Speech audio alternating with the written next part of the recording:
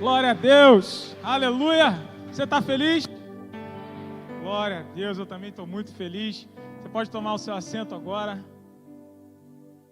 Faço das palavras do pastor Marcos as minhas. Como é bom ver você aqui nesse lugar. Como é bom estar em comunhão com vocês aqui de perto. É maravilhoso isso. Eu gostaria hoje, eu fui convidado pelo pastor a trazer uma breve reflexão. E eu gostaria de falar hoje com você a respeito de uma que talvez seja uma das maiores histórias de recomeço que a gente pode encontrar na Bíblia. Um dos recomeços mais emblemáticos que a Bíblia vai nos mostrar, que é a história de Noé, sua família e tudo quanto Deus fez através desse homem. Eu creio que todos aqui conheçam a história de Noé. Mas se por acaso alguém que está me ouvindo não conhece a história de Noé, você encontra a história de Noé no livro do Gênesis, que é o primeiro livro da Bíblia, do capítulo 6 até o capítulo 9. Os capítulos 6, 7, 8 e 9 você vai encontrar a história de Noé e de tudo quanto aconteceu na sua época, no seu tempo. É muito bom saber que Deus está nesse lugar, porque o desejo do meu coração é que Ele fale ao seu coração e não eu.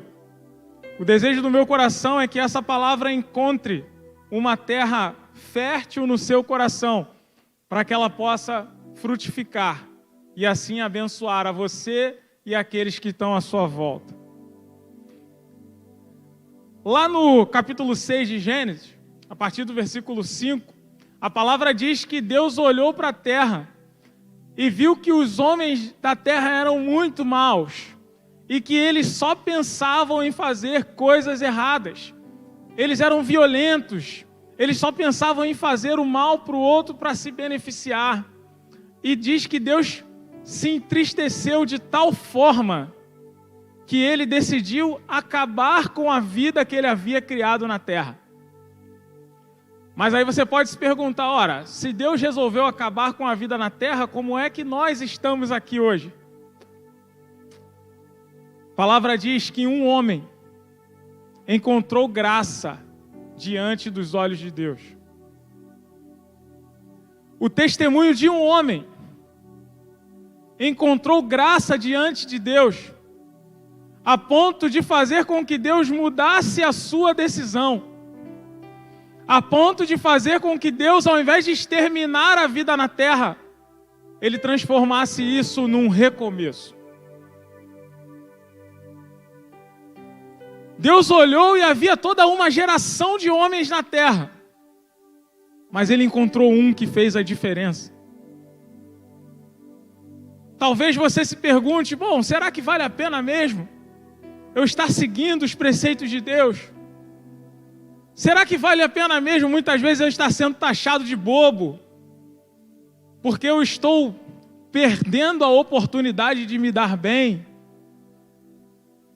Em meio a uma geração má e perversa, o testemunho de um homem chamado Noé fez com que hoje existisse 8 bilhões de seres humanos aproximadamente vivos sobre a terra. Nós só estamos aqui porque um homem resolveu dar testemunho, porque um homem resolveu viver uma vida de obediência a Deus. Um homem em meio a toda uma geração. Vale a pena ser fiel, querido. Vale a pena ser fiel, porque não só Noé foi abençoado, mas os seus filhos, toda a sua descendência, ou seja, todos nós, estamos colhendo frutos daquilo que Noé fez, do testemunho que Noé deu. Vale a pena ser fiel. Aleluia. A palavra diz que ele encontrou graça diante de Deus. A graça não está só no Novo Testamento. A graça não está só na Nova Aliança. Mas nós sabemos que a graça é uma pessoa. Nós sabemos que Ele é a primícia da criação. Nós sabemos que ele estava lá quando o homem foi criado. Ele meteu a mão no barro, ele criou Adão. Ele está lá desde sempre com o Pai. A graça é Jesus. E a graça sempre abre uma porta para aquele que o mundo fala, esse não tem mais jeito. A graça sempre abre uma porta. Quando todos olham e dizem, não tem mais jeito, a graça vai lá e faz um novo caminho. Eu também não tinha mais jeito, mas a graça me falou, troca o teu jugo pelo meu, que é suave. Troca o teu fardo pelo meu, que é leve. A graça é Jesus. E assim como naquele tempo, hoje a graça novamente abre uma porta. Assim como naquele tempo, hoje a graça novamente traz um recomeço. Você está entendendo essa mensagem? Porque se fosse eu, já tinha explodido em glória a Deus e aleluia. A graça está trazendo um novo começo hoje. Mais uma vez ela coloca isso diante de nós. Essa mesma graça está dizendo, não é o fim. Eu torno o fim um recomeço. Aleluia.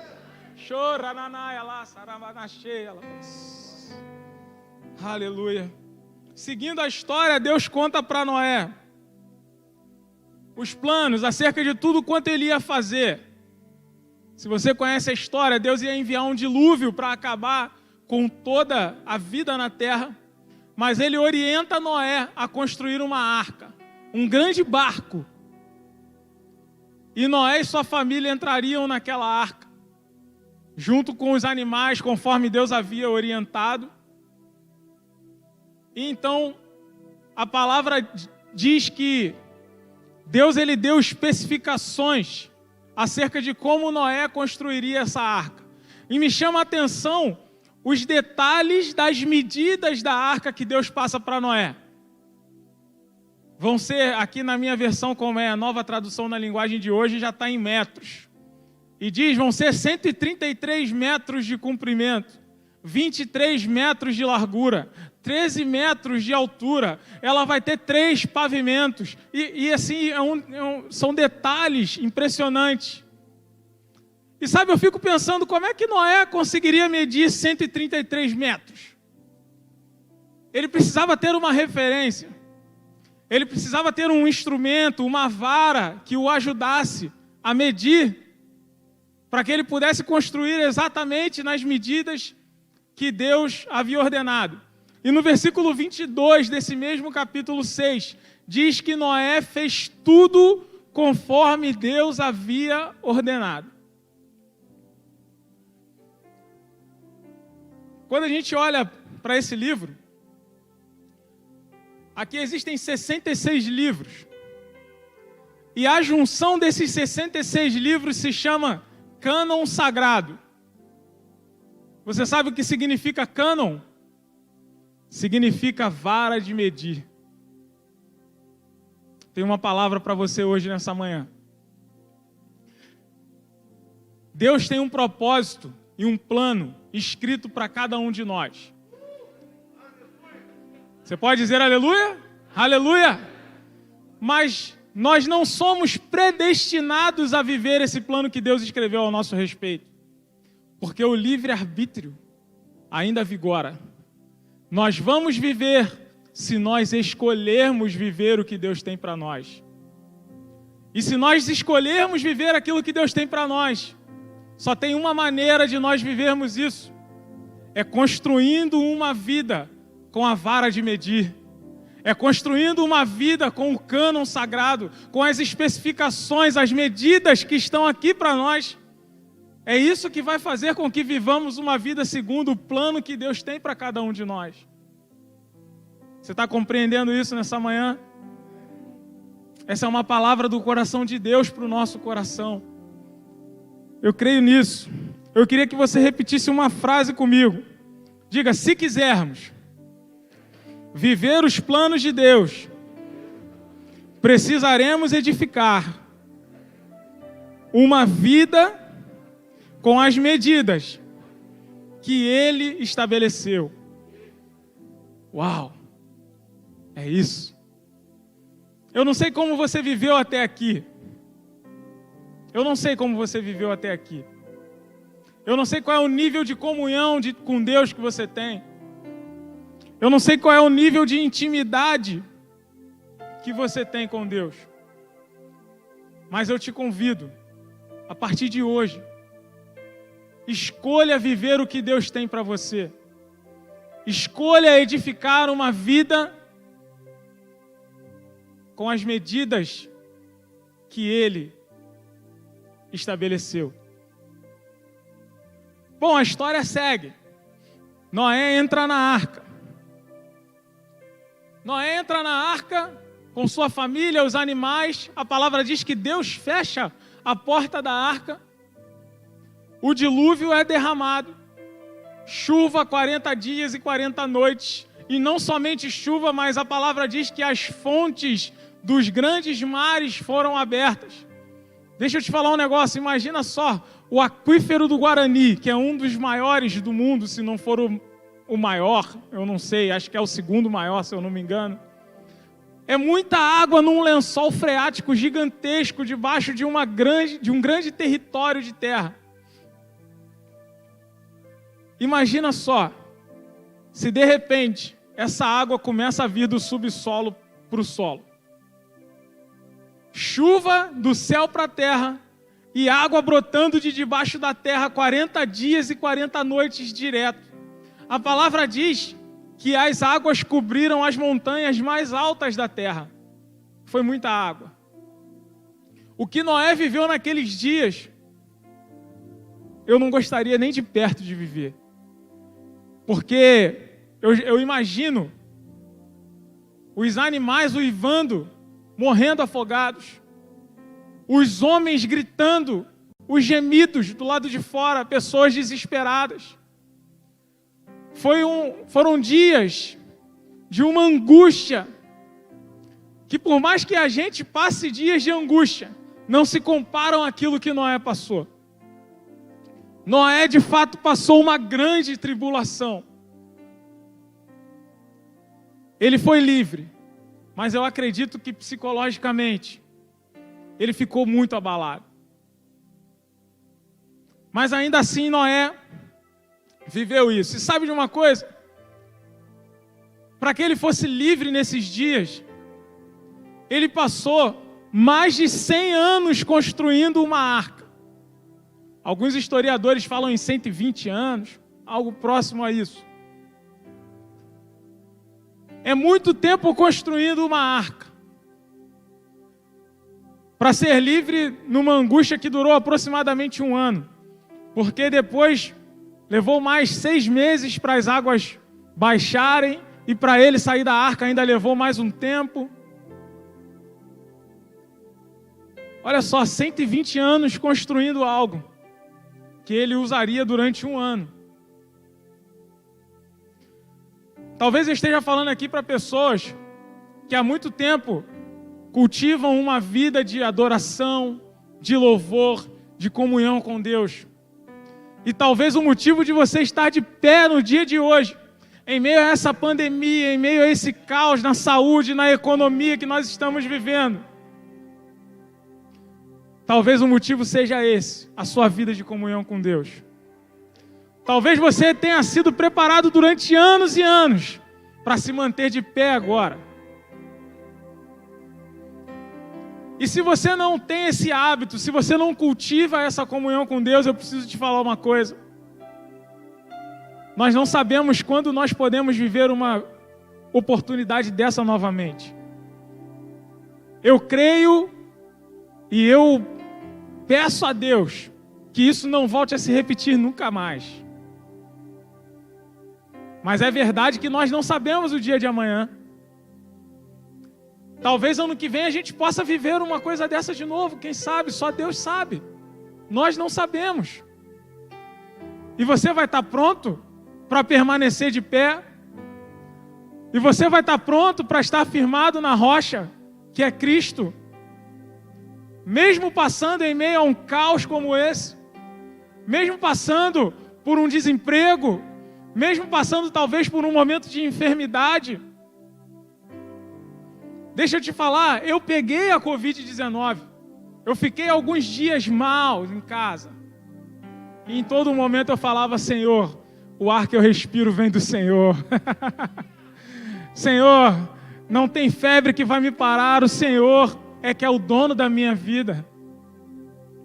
Eu, há muito tempo atrás, compus uma música que foi gravada por um amigo meu, que o refrão diz assim: o meu respirar só depende de ti, meu viver já está em tuas mãos. Eu entro na sala do teu trono e choro de alegria. E nesses dias eu vi que quando eu compus essa música, eu acho que eu tinha sido transportado para os dias que eu estava enfermo. Porque foi exatamente aquilo que eu estava orando nesses dias. Senhor, o meu respirar só depende de ti. O meu viver está em tuas mãos. A nossa vida precisa ser uma vida profética. E sabe, se nós vivermos isso de novo, você vai estar preparado para permanecer de pé, para estar pronto. Nós precisamos estar firmados na aliança do sangue e na comunhão do corpo de Cristo.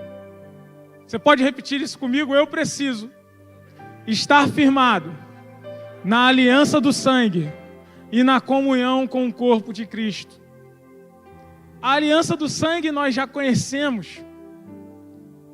Fala de tudo aquilo que Cristo fez na cruz por nós. E é por isso que nós estamos aqui. É só por isso que nós fomos salvos. Um favor imerecido. E o nosso coração pulsa de gratidão por Ele. Mas eu queria falar um pouquinho mais com você a respeito da comunhão com o corpo. Existe uma vertente hoje dizendo: eu sou a igreja, eu não preciso ir a lugar nenhum, eu não preciso frequentar uma casa, um prédio, eu não preciso estar com pessoas, porque eu sou a igreja. Existe uma meia-verdade, se é que existe meia-verdade, eu não acredito, mas como costuma se dizer, uma meia-verdade nisso. Eu quero te pedir para você abrir comigo aí a sua Bíblia. A gente tem que abrir a Bíblia, senão tem gente que pensa que a gente não pregou, né? Abre aí na primeira carta de Pedro.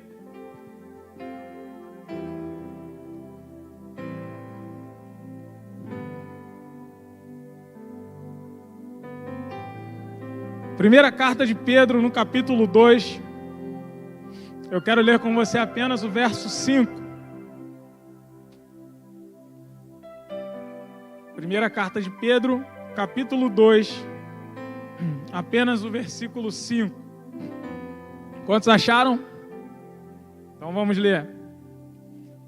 Vocês também, como pedras vivas, diga comigo, pedras vivas, deixem que Deus os use na construção, diga comigo, construção de um templo espiritual, diga templo espiritual, onde vocês servirão como sacerdotes dedicados a Deus. Deixa eu falar uma coisa para você, e não se assuste com o que eu vou dizer. Você não é um templo espiritual. Você é uma pedra viva que compõe a construção de um templo espiritual. Está entendendo a diferença? Eu não sou um templo. Eu sou uma pedra viva que compõe a construção de um templo. Esse templo espiritual é a igreja de Cristo, o corpo de Cristo.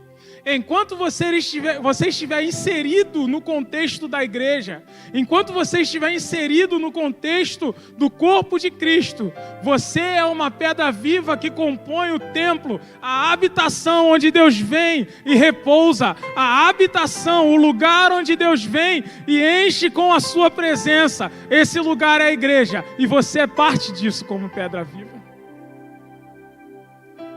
Por isso não dê vozes. Não dê vozes. Jesus mesmo, quando estava andando sobre a terra, ele falou: no mundo existem muitas vozes, mas a ovelha conhece a voz do seu pastor. A internet é muito boa, a gente tem acesso a muita informação, mas a gente também tem acesso a muita desinformação. A gente tem acesso a muita coisa boa, mas a gente também tem acesso a muita balela que está sendo dita por aí. Por isso não dê ouvido a essas vozes. Você necessita da comunhão com o corpo de Cristo para permanecer de pé. Você precisa da comunhão com os seus irmãos. Sabe, é inadmissível uma pessoa que ficou 3 meses afastada da igreja,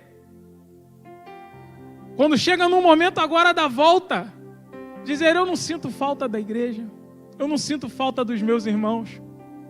O apóstolo João diz: olha, se você não ama o seu irmão a quem você está vendo, como é que você diz que ama a Deus que você não vê?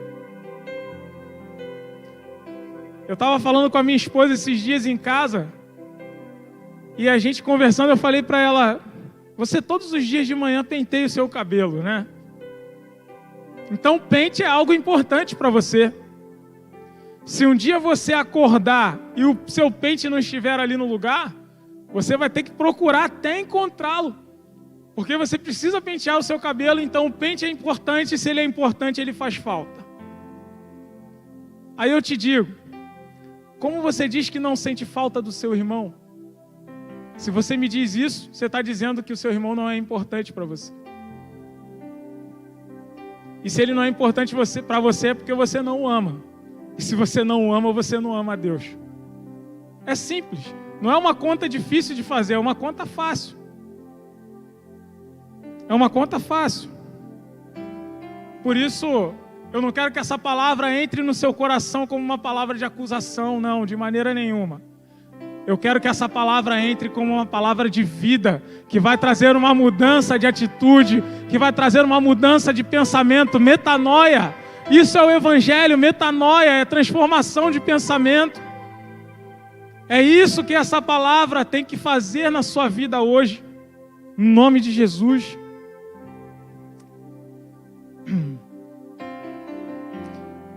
Para nós encerrarmos, as águas baixam, chega o momento em que Deus fala para Noé: olha, agora sai da arca. A primeira coisa que Noé faz quando sai da arca é edificar um altar ao Senhor.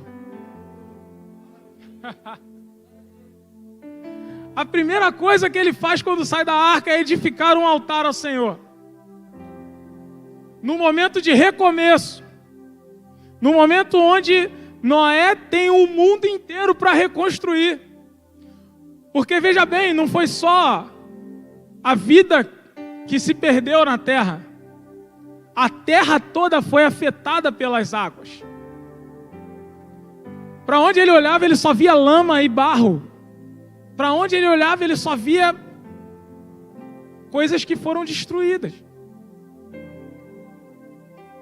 Noé tinha um mundo inteiro para reconstruir. Era um recomeço. Assim como nós estamos num recomeço hoje. Nesse período que nós estamos entrando agora, que eu já creio que é pós-pandemia, pastor. Eu creio, é pós-pandemia. Nós estamos inaugurando a pós-pandemia. Nesse momento, sim, se nós olharmos para trás, nós veremos perdas. Existem pessoas que estavam no nosso meio que já não estão mais. E nós vivemos o luto e nós lamentamos muito. Mas a grande verdade é que nós temos um mundo inteiro para reconstruir. A grande verdade é que as pessoas não sabem como vai ser. As pessoas não sabem o que fazer. Muitos perderam suas empresas, muitos perderam seus empregos, muitos perderam entes queridos que sustentavam muitas vezes a casa. E agora como vai ser? Sabe, naquele momento Noé saiu da arca e ele também se fazia essa pergunta: como vai ser? O que eu vou fazer? E nesse momento, ele só pensou em fazer uma coisa: edificar um altar ao Senhor. E quando ele edifica um altar, eu quero destacar aqui agora para a gente concluir 3 coisas. A primeira, ele priorizou a Deus. Diga comigo, ele priorizou a Deus. Nesse momento de recomeço, onde não sabemos como vai ser, eu te dou uma grande dica aprendendo com Noé. Priorize a Deus, o reino de Deus. Priorize as coisas de Deus. Priorize a vontade de Deus na sua vida. Ele priorizou a Deus, dando a Deus o seu tempo. A palavra diz que ele ofereceu animais puros no altar como sacrifício. Ele ofereceu o melhor que ele tinha. Deu o seu melhor a Deus. Ofereça o seu melhor. Se o seu melhor é o seu tempo, dê a ele o seu tempo. Se são os seus dons e talentos, dê a ele seus dons e talentos. Sabe? Ofereça o seu melhor a Deus. Se você tem recursos financeiros, ofereça o seu melhor a Deus. A palavra diz que Deus se agradou do sacrifício de Noé. O cheiro do sacrifício subiu agradável às narinas de Deus. E sabe o que isso gerou? Gerou os outros 2 itens que eu quero te falar, destacar aqui a respeito desse altar que Noé edificou. Primeiro, Deus abençoou a Noé e a sua família e deu direção a eles. Nesse momento, tudo que nós precisamos é da bênção de Deus e de direção acerca do que vamos fazer. Direção acerca de para onde vamos caminhar. Porque nós não sabemos como vai ser, mas Deus é soberano. Deus é onisciente, onipresente, onipotente. E se nós estivermos nas mãos dele, sob os cuidados dele, nós estaremos bem. E a segunda coisa, Deus fez uma aliança com todos os seres vivos, de que nunca mais enviaria um dilúvio para acabar com os viventes por causa da maldade do homem. Sabe? Não foi só Noé e sua família que desfrutaram disso, mas nós desfrutamos disso até hoje. Eu creio que a posição que nós tomaremos nesse momento, ela não vai só nos beneficiar na nossa relação com Deus, mas eu creio que gerações e gerações vão desfrutar daquilo que nós vamos fazer. Assim como Noé tomou uma posição e nós hoje desfrutamos, a posição que nós tomaremos será desfrutada pelos nossos filhos, pelos filhos dos nossos filhos, pelos nossos bisnetos, e aí vai. Você crê nisso? Isso é deixar um legado. Sabe, existem pessoas que se preocupam muito em deixar herança. Mas melhor do que deixar uma herança é bom, mas melhor do que deixar uma herança é deixar um legado para as próximas gerações. Quantos querem deixar um legado para as próximas gerações? Então esse é o tempo de se posicionar. Esse é o tempo de estar alicerçado, firmado na rocha que é Jesus. Esse é o tempo de priorizar as coisas do reino de Deus. Esse é o tempo de oferecer a Deus aquilo que você tem de melhor. E nós cremos que Ele nos abençoará, nos dará direção e abençoará através da nossa vida as próximas gerações. Amém? Que essa palavra encontre um lugar, uma terra fértil no seu coração, que ela possa frutificar e que você viva o melhor de Deus para a sua vida, no nome de Jesus. Você pode dar um lindo aplauso para Ele.